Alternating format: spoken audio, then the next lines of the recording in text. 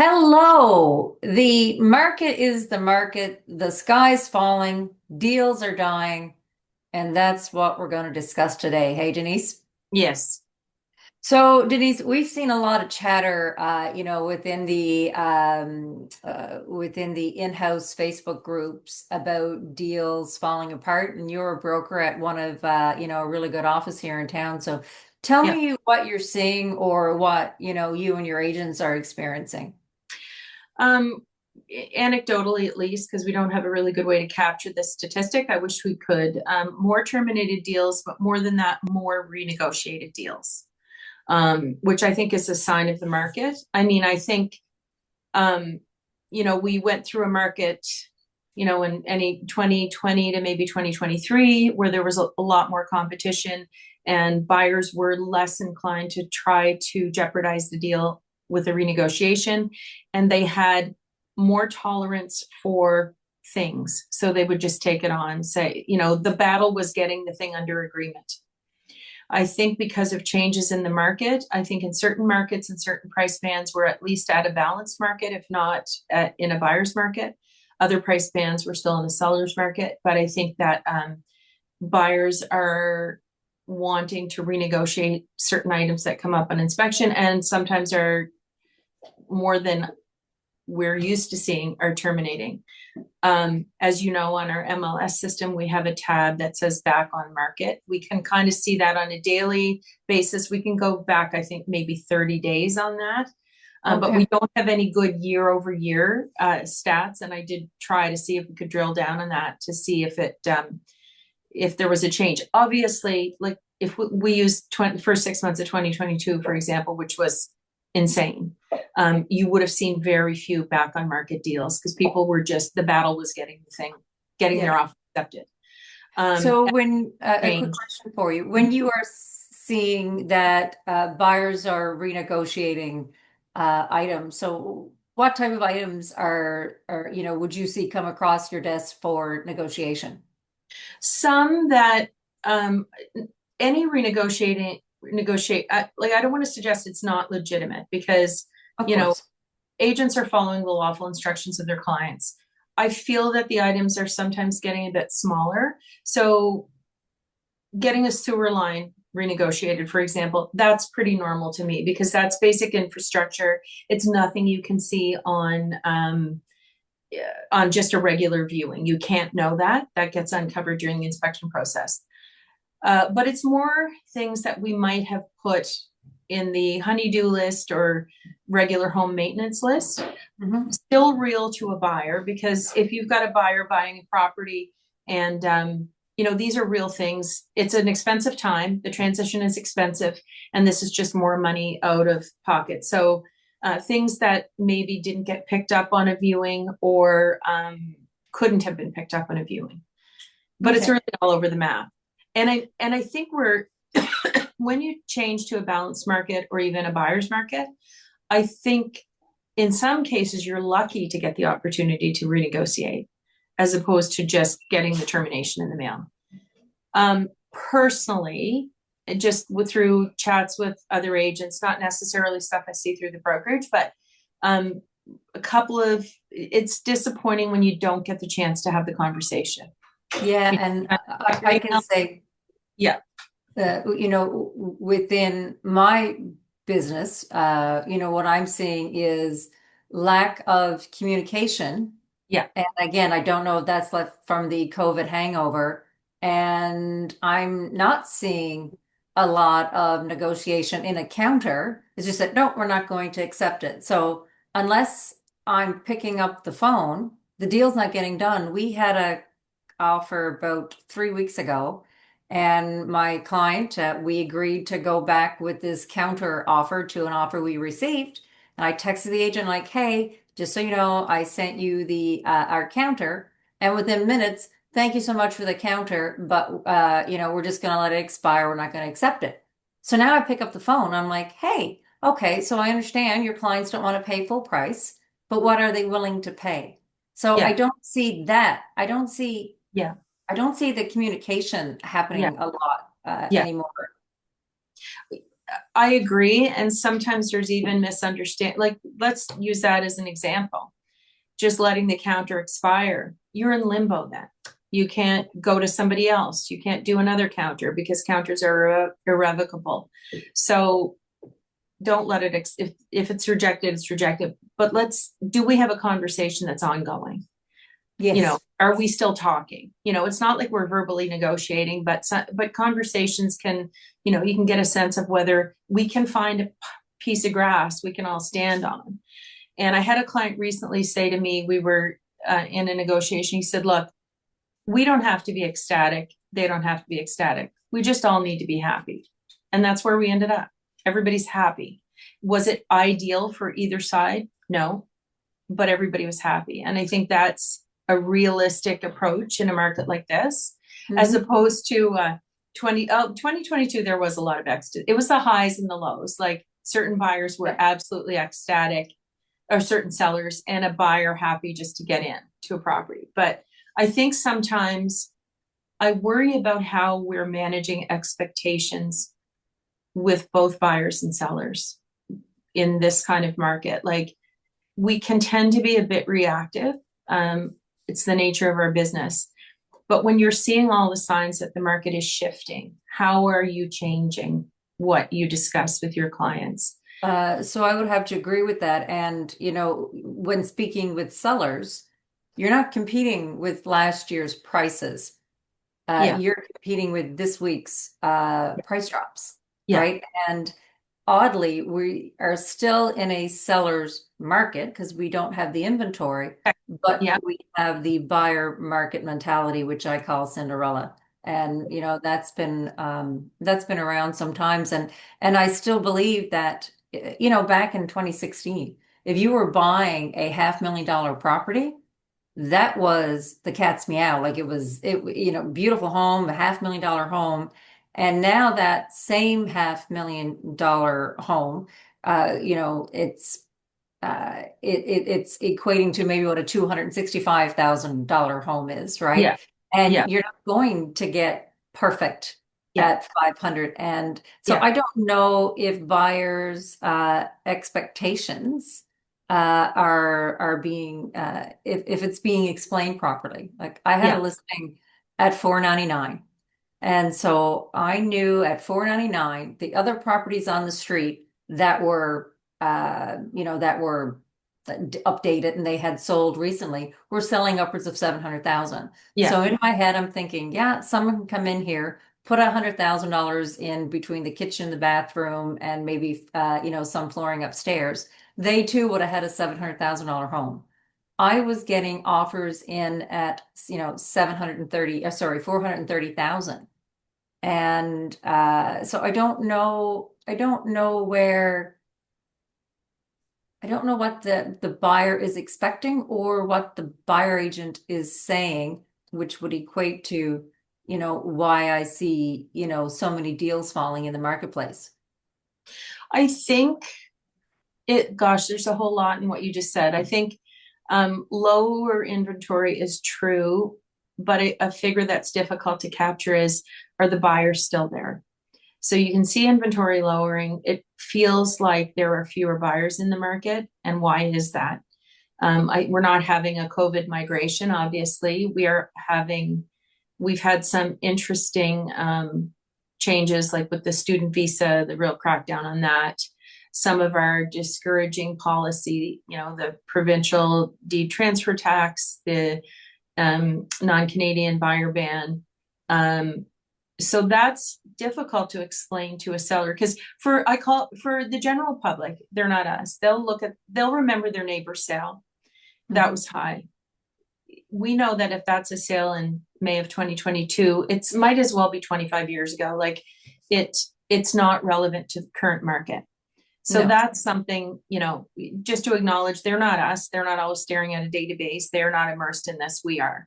But the other thing is the cumulative effect of all these things, which kind of pulls out up the welcome mat here. That's also having an effect. Um, some of our sellers have not been through this process for a really long time. When they bought, they maybe did an inspection, maybe they didn't. diligence has really, the thoroughness of diligence, the professionalism of it has really increased. And so it's creating that, like it's different from when you buy. People are going to be scoping your sewer line. They're putting a radon kit in. They're getting a general building inspector. They're calling foundation guys, like electricians, all of it. I think the frustrating thing on the listing side can be when you're willing to negotiate, when your client is willing to do the work, and it doesn't matter. Especially sometimes, like you get the full court press at offer time, which happened to me recently-ish. With a couple of offers, full court press, the letter, the text from the neighbor who knows somebody else, please accept this offer. And it ends up in a termination at the 11th hour. It doesn't feel good. It doesn't feel like it's good faith. But you don't know enough about the other side, what was going on to really know what happened. But a termination, one of the things that I've noticed, personally this year and with others, it's with other listings that I've just observed, it's very hurtful to a Oh, seller. And absolutely. how it often, like most of the time, unless it's something really big that, structural or whatever, it's still a really good house. But because of the way people are in their nature, if other people don't want it, they don't want it either. It's why when we have a competitive bidding process, the price goes up, because if people sense other people want it, it makes them want it more. And it's very difficult we don't control people. We can influence them, we can advise them, but we don't control people. And very difficult to work through some of those things that we just don't have any control over. And so then, we've had this conversation privately, like, how do we do better for both sellers and buyers? How do we advise them better? Yeah, To no, like the more you find out about a house, like I've had houses where they've been very well documented. Listing agent has provided all kinds of info. We've looked at it. We've decided not to offer because of some of the info, and learning that's a deal breaker. That's better. That is better than putting it under agreement. And yeah, then, and that's why I started pre-inspecting, because yeah, I looked around me and I saw deals falling on inspections. yeah, And I would say for a seller, the most stressful part of selling your home is you got your 10 days of conditions, and that home inspection is the be all end all. And yeah, sellers, they're sitting, even when you think your home has been maintained, there could be yeah, something still coming up. And yeah, I just, for me in my business, I just got to a point. Okay, I'm not going to let someone else yeah, dictate yeah. the potential outcome for my sellers. Like, Has this helped, do you find? Do you feel this has really helped your sellers? so I would say I look at it two ways. One, I have lesser deals falling, right? Because when you write on my home, Mhm, I make a buyer sign off. Yes, you've agreed. You acknowledge, sorry, that you've reviewed the home. Now, if there is a property with a lot of stuff wrong and I am mhm, disclosing it up front, could mhm. that hinder a sale? Uh, Possibly. I can't comment on that because I have had homes that needed work that sold, right? Yeah, yeah, Uh, but I'd rather have a longer sale period yeah, than to have deals yeah, fall. yeah, yeah, That's my thought. And then, our market changed a few years ago where the deal would come in and you had till 11:59 at night, whenever, to have it approved. And yeah, now we have our Form 408. And the last thing that I want my sellers is to be stressed out within an hour and a half before, your conditions are due. Now you're poking the bear and going to the seller that, hey, I need this to happen or whatever. So yeah, and I saw deals fall over that. And then I saw sellers accepting deals that weren't really in their best interest, but they had no other choice but to accept it because of what was happening on the other end. So I yeah, had, I put in a rule for that if you're writing on my property and if you want to address something, you have to do it 24 hours. Because I'm, again, trying to mitigate the yeah. stress. And have you seen any other agents, in your brokerage, or are you doing anything to implement that pain a seller could feel? Um, like in terms of last minute, like, and Yeah, then last minute or deals falling. we're all pretty independent, in the sense of how, we don't have a brokerage policy about, um, timing of 408s or Mhm. anything. Some of us would put that in, some wouldn't. No, I think it's a case by case basis. Like, I think every transaction has its own nature. Like, I admittedly recently did that to somebody. Not We had a very tight timeline before getting 408, and there was amendment, despite attempts. It was all, there were all good reasons, and it had been a very collaborative and good faith transaction and continued to be. And I felt bad because I knew they had to scramble, but they did, and we got to the finish line. So sometimes things happen despite Yeah, your best. oh, absolutely, 100%. Yeah, yeah. We are having a lot of conversations about supporting sellers through this. Um, One of the things that we talk about is regular communication, especially if showing activity has not been good. Um, just touch base. If there's been, well, there's nothing to update people with. There always is. Saying, look, I know we haven't had any showings in the last week. This is what I think is happening. Um, Chasing feedback. Feedback seems to be a controversial topic. What I will say is this: you do not have to provide feedback. You should be careful when you're providing feedback. You can carefully provide feedback that's helpful. But Absolutely. people, I will say, human beings who have their house listed almost universally want to know how it went. It's Yes. like, I've heard people say, well, the only feedback you need is an offer. No, normal humans want to know when they get out of their house, they tidied up, they baked muffins, they put a vanilla candle on for 3 hours before it's done. They want to know what people think. They want feedback. That is normal. That's how human beings operate. So I'm happy to chase it. You do you. But you are like, what we've lost, I think, is, or what I'm noticing, we're not considering all parties in these transactions or the real estate. So I'm acting on behalf of my client only. Their best interests are what I'm protecting. That does not stop me from considering the other side, considering the other agent, considering the other buyer or seller, um, keeping them in mind. How are they experiencing my behavior and how I'm doing this? Because that is acting in your client's best interests. I am not always perfect at it. One of the things about these closed group discussions we have, and even this, is sometimes you can come across as I always do everything right. I don't. My best learning has been when I haven't, and I take it on board. I've got like friends and colleagues I really respect who we've talked very openly and saying, and I've had it, people saying, hey, this is how that felt. So I think it's not so much a list, behave like this. It's put the other hat on. Just think about, because we have both hats on at either time. Also give some allowance to somebody having a bad day, that we don't know what's going on in their end. Relationships with their client can get really testy and difficult and stressful. Mhm. And that one transaction doesn't mean that's who a person is. It No, just of course means not. we all have a way we behave when we're stressed and there's a lot of pressure. So I think we have to give each other a little room, and we also have to recognize we're all just people. Yeah. Getting back to, deals falling and, Mhm.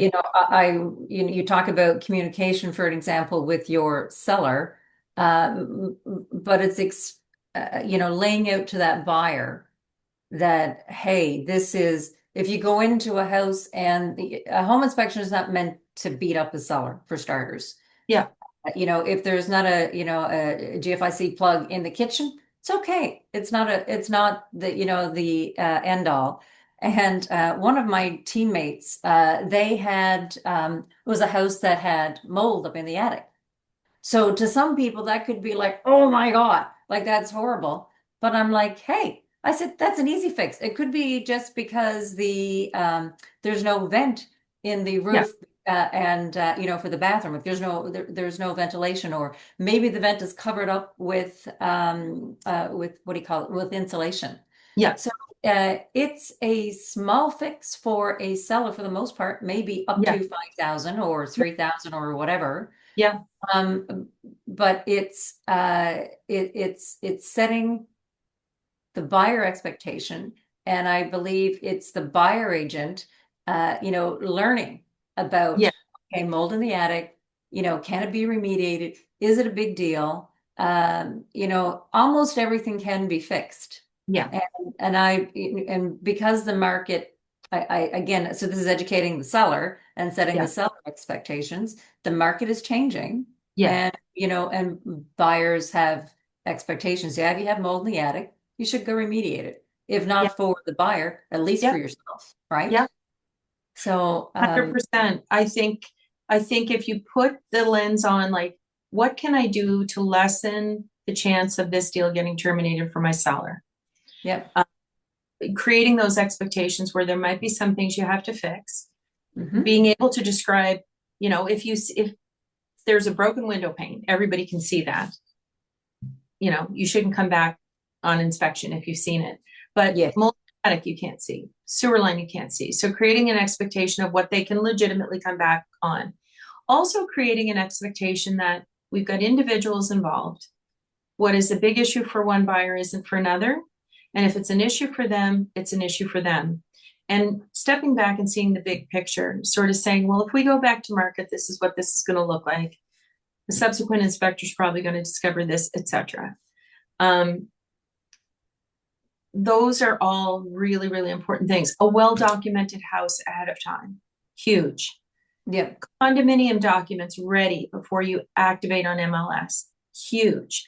Because I can I share a personal experience? I yes, listed a condo, and this year, and getting the condo docs was so difficult. And now we finally get an offer, and we're going after the condo association. We need the documents. We need the documents. And the guy didn't understand. He said, "Oh, you can get that in the estoppel certificate." I'm like, "No, a buyer I, needs to make those decisions before you even get to that point." mhm, And he flat out stalled giving us the documents, and our deal fell. unreal. I was mortified, and because I mean, I like to be organized. I want to, Yeah, because getting an offer is stressful. I yeah, want to have everything up front, so I don't have to come back and, hey, seller, I need this, this, this, and this. yeah. But she was trying, and she was both her. I had to bring the lawyer in to finally get the documentation, and I Well, didn't. and what if you get an offer on a Friday night and the management office is closed and the I board know. is away in his cabin that has no internet? Like you're stuck. So it looked shady on Yeah, our part because we didn't have the documentation. And so, how do you manage a buyer expectation at that point, right? yeah, Like, yeah, and anyway, God love my seller. She hung in there. yeah, But it's so important, to be organized when yes, you come to the market, because you don't want a yeah, deal falling apart, right? yeah, Over something that is so simple of getting well, one would think getting documents from a condo association would be yeah. simple, but in this You would case, first time I've ever experienced it. The most frustrating thing, though, with the fallen deal is when you do all those things Yeah. Oh, and it yes. no willingness to negotiate, you know,